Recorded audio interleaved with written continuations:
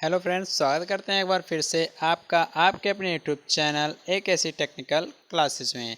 Friends, आज भी आपको बताने वाले हैं सोम और मास, एसएम एंड मास में वो जो आगे के प्रॉपर्टीज़ थी उसको।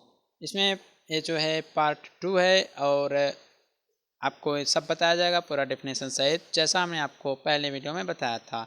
तो पहले वीडियो में हमने आपको कुछ प्रॉपर्टीज़ बताई थी, उसमें से 2 या 3 आपके एग्ज़ाम में पूछ लेगा, 5 नंबर का क्वेश्चन आपका तैयार हो जाएगा। इसलिए लगभग 12 या 13 स्पेशल प्रॉपर्टीज़ हैं जिसे आप लोगों के लिए पढ़ना बहुत ही ज़रूरी है, इसलिए हम उन सबको बताने वाले हैं। तो बने रहिएगा हमारे साथ लास्ट तक। अगर आपको कहीं पर कोई भी डाउट हो तो आप हमसे कमेंट करके पूछ सकते हैं। और हाँ, अगर आप लोग चैनल पर पहली बार विजिट कर रहे हैं तो चैनल को सब्सक्राइब जरूर कर लीजिएगा। देखिए, आप लोगों से हमारी शिकायत है, आप लोग चैनल को सब्सक्राइब नहीं करते हैं। हम देखते हैं हमारे जो ऑडियंस रहते हैं सबसे ज़्यादा नॉट सब्सक्राइब वाले रहते हैं। तो आप लोग अगर आते हैं तो सब्सक्राइब जरूर कीजिएगा, साथ में बेल आइकन जरूर प्रेस कीजिएगा ताकि हम जो भी वीडियो प्रोवाइड कराएं सबसे पहले आप तक पहुँचें। तो चलिए आज की वीडियो को स्टार्ट करते हैं। तो देखिए, इन सब सब्जेक्ट को आप लोग हल्के में मत लीजिएगा, बेहतर तरीके से तैयारी कीजिएगा। आपके आगे जो एग्ज़ाम आएंगे उन लोगों के लिए भी ये सब बुक्स जो हैं, ट्रेड बुक्स जो हैं, बहुत ही इम्पोर्टेंट हैं। तो चलिए देखते हैं प्रॉपर्टीज़।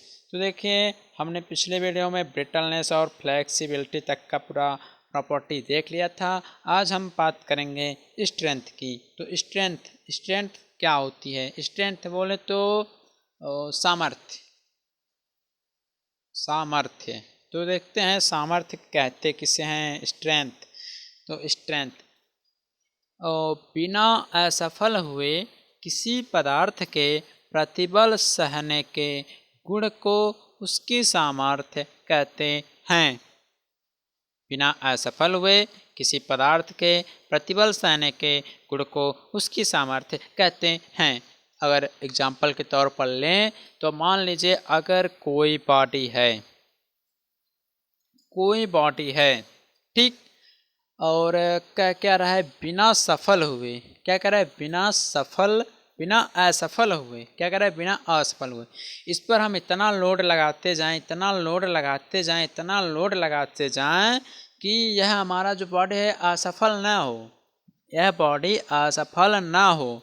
और यह क्या कह रहा है, और ये भी कह रहा है कि बिना असफल हुए, मतलब कुछ बॉडी जैसे रहते हैं, अगर हम लोड उस पर लगाते चले जाते हैं, मान लीजिए यही बॉडी है, इस पर इतना लोड लगा दे कि आपकी यह बेंड हो जाए, ऐसे हो जाए, बेंड हो जाए, तो यह देखिए आपका सामर्थ्य से हट जाएगी। तो सामर्थ्य ऐसा बिना असफल हुए, यानी इस पर इतना फोर्स हम लोग लगा दें, इतना भार इस पर रख दें कि यह बिना असफल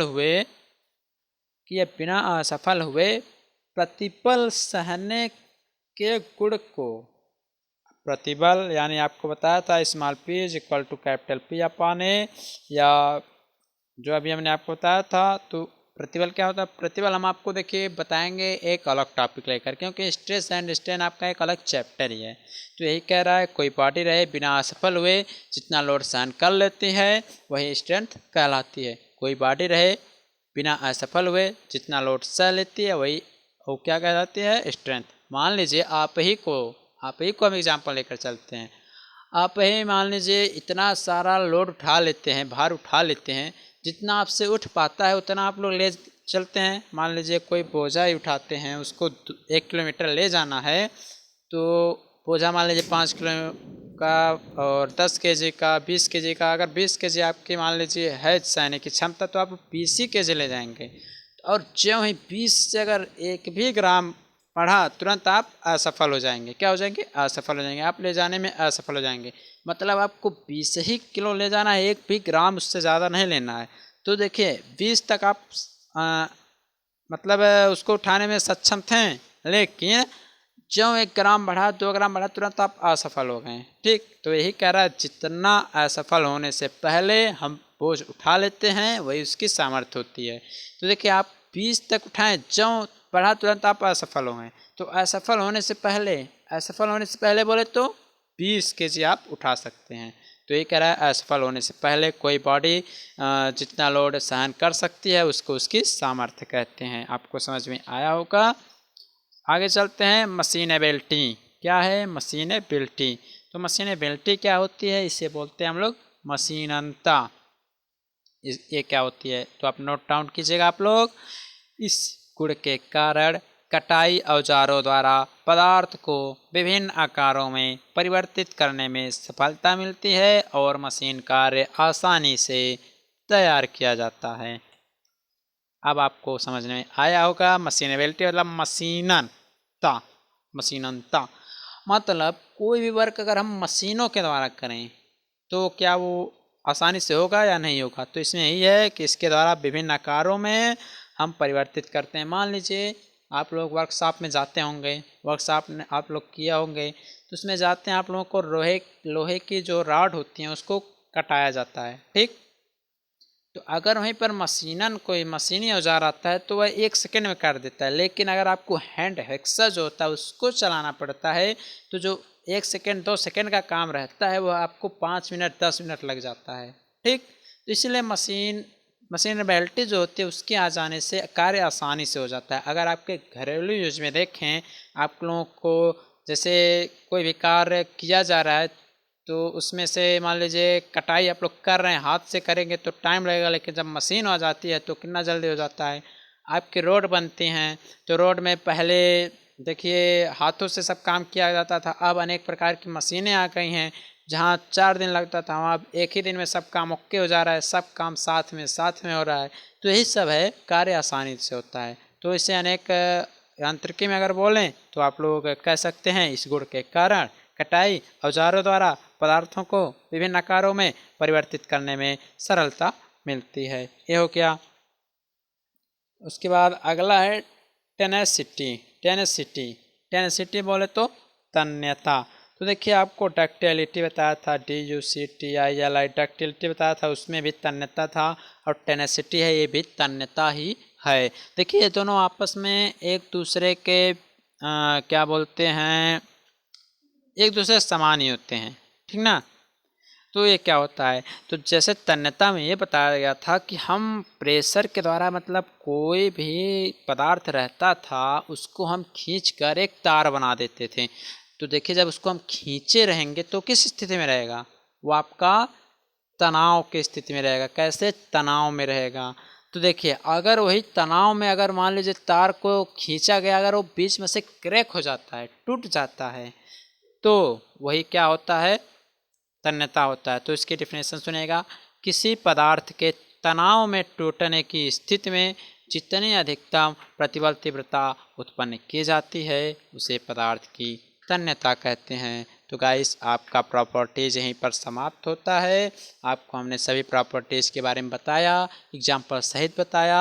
अगर आपने नहीं पढ़ा तो आपकी गलती है, हमने बता दिया। और आपको ये भी बता दें, diploma 3rd semester MOS and SOM नाम से प्लेलिस्ट बनी हुई है, उसमें अन्य वीडियो पहले से पड़ी हुई हैं, आप लोग उसको देखा करें। वहाँ से भी आपके क्वेश्चन पूछे जाते हैं और नए वीडियो तो हम रेगुलर अपडेट करते ही रहेंगे। अब 4 या 5 टॉपिक हैं, इम्पॉर्टेंट डेफिनेशंस हैं जिसे आपको हम बता देना चाहते हैं। तो पहला है उसमें आपका इलास्टिक बॉडीज पूछा जाएगा। इलास्टिक बॉडीज और प्लास्टिक बॉडीज में अंतर लिखिए, ठीक, ये सब पूछ सकता है। तो इलास्टिक बॉडीज क्या होता है इसको देखते हैं। इलास्टिक बॉडीज बोले तो प्रत्यास्थ वस्तुएं या प्रत्यास्थ पिंड। आपने इलास्टिसिटी पढ़ा, इसे प्रत्यास्था बोलते थे।